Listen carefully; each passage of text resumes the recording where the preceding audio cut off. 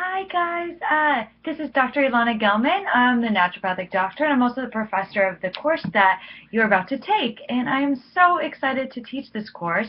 It's developmental nutrition, and I have such a fondness of caring for pregnant women, kids, and then just seeing them up through adolescence into adulthood, and we can make such a profound difference with their nutrition, just starting in pregnancy and as a baby and just growing up, that I just have such a love for this class and this coursework. So I'm really excited to be a part of this and to teach this course with you guys and to really just go along this journey together for the next 17 weeks. So I am your professor, Dr. Ilana Gelman, once again, and this is going to be my second year, I believe, teaching this course. And we've kind of modified it and perfected it along the way, and so I'm always open to feedback so I can continue to perfect it. I co-teach this course with another naturopathic doctor. Her name is Dr. Chelsea Gordon, and so she also focuses her practice exclusively in pediatrics. So she's a great wealth of knowledge that has really helped make this course what it is, and it's just a wonderful, wonderful course. So get ready for a lot of good information. So what I want to do is I want to go over the syllabus and I want to go over the assignment schedule. So if you haven't already, print out both of those under the syllabus tab, which you're at right now if you're watching this video.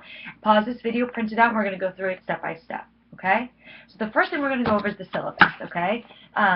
Really, it's the first 4 pages that is significant for this particular course. The beginning just starts off with some basic information, how to contact me. Feel free to email me with my bridgeport.edu email. However, with Canvas, it's so nice that we could start just sending messages on Canvas, and that would be my prefer, unless you really do need something, and go ahead and email me. I always check my emails and messages every Monday and Friday, so if you catch me midweek, it may take me a few days just because I'm in private practice and I'm really doing a lot of other things, but I usually check Monday, Wednesday, Friday, but just so you know, it's for me always Monday and Fridays that I check. Okay, so right here we have the course description, the learning outcomes, and essentially we are using this course to go through preconceptual health, pregnancy, nutrition for babies, toddlers, infants, adolescents. We go through special populations, which is going to cover more athletes, people on special diets, vegetarians, and such. And then we get into adulthood, elderly, and then we've got a project at the end, and I'm going to fill you in on that. So really great course filled with a lot of information. Now, you have 2 required books. One is a textbook, The Nutrition Through Life Cycle. It does not matter what edition you get, okay? I'm okay with whatever edition you find, but buy it ASAP. The second book is Feeding Baby Green by Alan Green. Dr. Green is great, and he's got a lot of great useful material for us for our first 2 modules. Okay, the second page goes into the course outline. So yeah, it's divided into 5 modules, the 4 being nutrition through the different life cycles. And our 5th module is going to be dedicated to papers and projects we're going to do, and I'm going to go into detail with that. Now, the course material, that's going to just be assigned readings, and every Monday you can expect an announcement with all of your reading assignments, and in addition to the assignment schedule, it's all there. You will know everything that is due until February 28th, until the end of the course, okay? I try my best to keep as organized as possible. It's important to me, so it really helps you to succeed. If you have any questions after reviewing everything, then you can go ahead and contact me, okay? So assignments. So the first assignment you have is just to do an introduction post. There's no grade for this, but I really encourage you to go ahead and do the introduction, because then we can all get to know each other. Now, the second biggest assignment that we have in this course are your discussion questions. At this point, you're used to doing discussion questions, but every course is a little bit different in what we expect. So I have a nice little question answer here, but the whole idea of the discussion questions is for this course is as such. It'll be a little different in that I will post a discussion question for the first, I believe it's 12 weeks of the course. And I think we have 12 discussion questions for this course. I just want to double check. Yep. And each discussion question is actually going to be a plethora of questions. So there may be 3 discussion questions that you just have to choose one. Or maybe one week there's 5 different questions and you get to choose one of the 5. You don't have to do all 5. If you want to, feel free. But I'm just going to grade you on one one question, and I really just, I decided to offer more questions than less, so then not everyone is answering the same question, and that you guys could get exposed to more material than less if it's just one question. So we're going to see how this goes. This is my first semester doing it like this, but I found over time that this may be the best way. So we're going to see how it goes. But remember, you're only responsible for one of the questions. You could feel free to do as many as you like. Now, every Thursday, you're required to post on a primary post, and there's a grading rubric for that. And then you also are required to do one secondary post that's going to be due on a Sunday, okay, of every week. All right, so let me see. And you will get the discussion question every Monday of that same week. So I think I reviewed that. You can go ahead and look for exact details. There are 20 points you can get for maximum for your primary post and 10 points for your secondary post.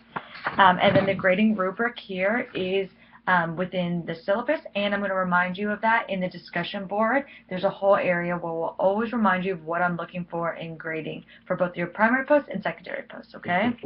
The next thing that I'm going to discuss is the general board discussion questions. So in this is where you guys are going to be able to put your general questions in the discussion board, because if somebody else has that question, when I answer it, it may help others. So before you have any question, look in the general discussion board questions before you email me privately. If it's there to answer, great, and if it's not, go ahead, put it in the general board discussion, or go ahead and email me, okay, if it's a personal question. Okay, the next two things on page 3 of the syllabus is talking about your functional medicine article review paper and the final project client handouts. Now you'll have a lot more detail on this about 2 to 3 weeks before the course as the course progresses.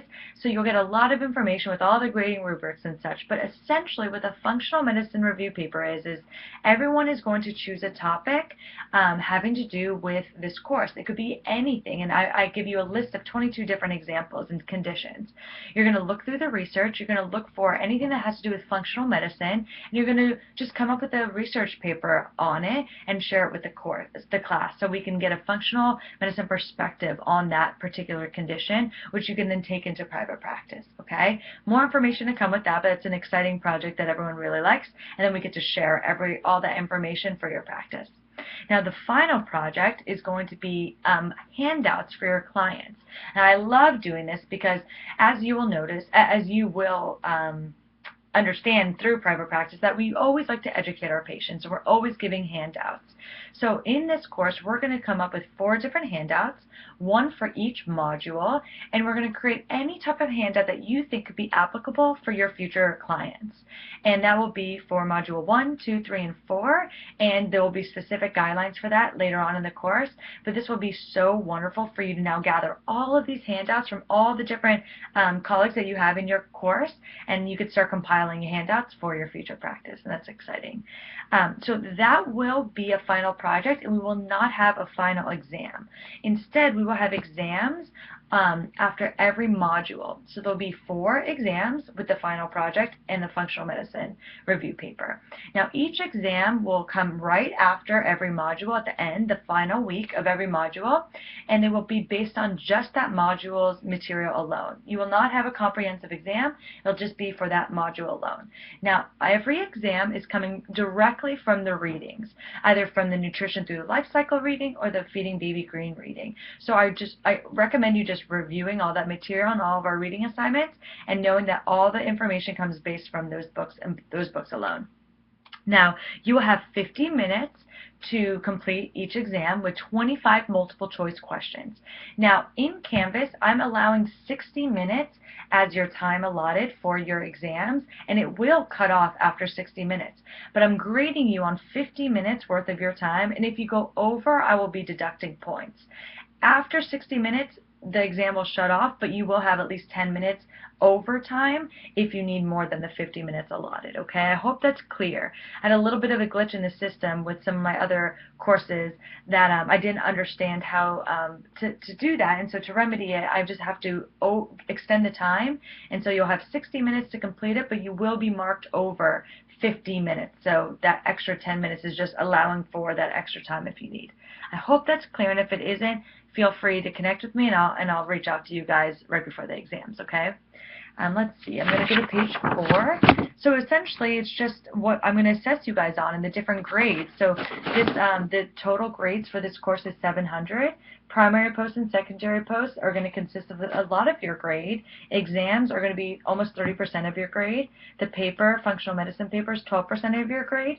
And then the final project client handouts are 8% of your grade. Okay, so now if you can print out the assignment schedule, you will see that I break it up week to week, okay? You know exactly what your reading assignments are, when your discussion question posts are, your primary posts, your secondary posts. When we have holiday breaks, because we do give you a week off for week 4 for the Thanksgiving holiday, and also week 8 for the Christmas holiday break, okay? So there's no assignments due those times, which is really lucky. Now, let's see, you see where your exams are and you see when your projects are due. So you are really set with a guide, real specific note, what you are responsible for. I highly recommend for you to be successful with this class is to get your calendar out now, put all these due dates in, look on Canvas to see when all the due dates are, and you'll be very successful in this class. You'll have a wealth of rich information and you'll gain so much from this.